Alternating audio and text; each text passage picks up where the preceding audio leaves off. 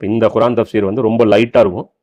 ஒண்ணுமே தெரியாது, அதாவது ஒரு முஸ்லீமே ஒருத்தன் இஸ்லாமே தெரியாத ஒருத்தனுக்கு புரியக்கூடிய விதத்துல இந்த குரானுடைய தப்சீர் நடத்தலாம்னு முயற்சி பண்றேன். என்னால அது எப்படி என்னால கொண்டு போக முடியுதுன்னு எனக்கு தெரியல.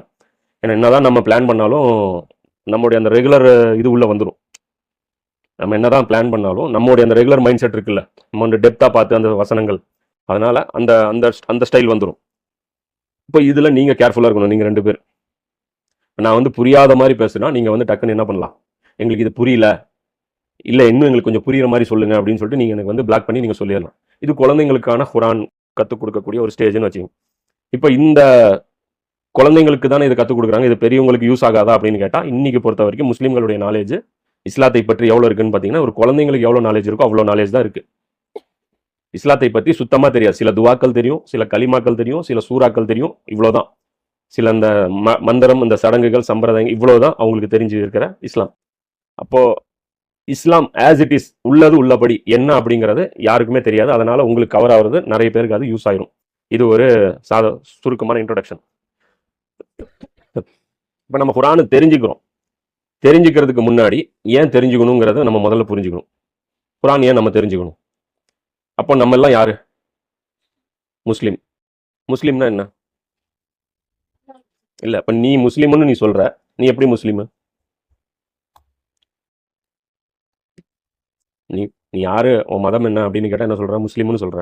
நீ எப்படி முஸ்லீம்? உண்மையிலே நீ முஸ்லீமா? உண்மையிலே நான் முஸ்லீமா? உண்மையிலே இன்னைக்கு ஊருக்குள்ள இருக்கிறவங்க எல்லாரும் முஸ்லீம்னு சொல்லிக்கிற எல்லாருமே முஸ்லீமா? இதுதான் வந்து நம்ம தெரிஞ்சுக்க வேண்டிய முதல் விஷயம். முஸ்லீம் அப்படிங்கிறதும் இஸ்லாமுங்கிறதும் ஒரு மதம் கிடையாது. பிறந்ததின் அடிப்படையில் கிடைக்கக்கூடிய அந்த அந்தஸ்தும் அது கிடையாது. எது? முஸ்லீம்ங்கிறது. உதாரணத்துக்கு மற்ற மதங்கள்ல எல்லாம் ஒரு தத்துவம் வச்சிருக்காங்க, உயர்ந்த ஜாதி அப்படின்னு சொல்லிட்டு ஒரு தத்துவம் வச்சிருக்காங்க. இந்த உயர்ந்த ஜாதியா ஒருத்தர் இருக்கிறான். இந்த ஜாதி இருக்கிறவன் என்ன சொல்றான்? நான் வந்து கடவுளுக்கு ரொம்ப வேண்டப்பட்டவன், அதனால கடவுள் வந்து என்னை உயர்ந்த ஜாதியில பிறக்க வச்சுட்டாரு. நாங்க பிறந்ததுனாலேயே எங்களுக்கு சில சிறப்பு சலுகைகள் இருக்கு.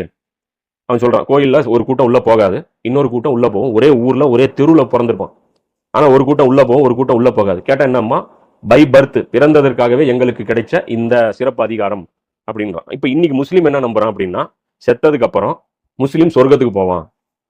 செத்ததுக்கு அப்புறம் அவனுக்கு வந்து மலக்குகள் வருவாங்க, அவனை வந்து வரவேற்று, வா நீ சொர்க்கத்துக்கு போகலாம், நீ தான் வந்து சொர்க்கத்துக்கு தகுதியான ஆளு, பூமியிலே வந்து காஃபிர்கள்லாம் நரகத்துக்கு போகணும், நீ சொர்க்கத்துக்கு போகணும்னு நம்ம விளங்கி வச்சிருக்கோம்.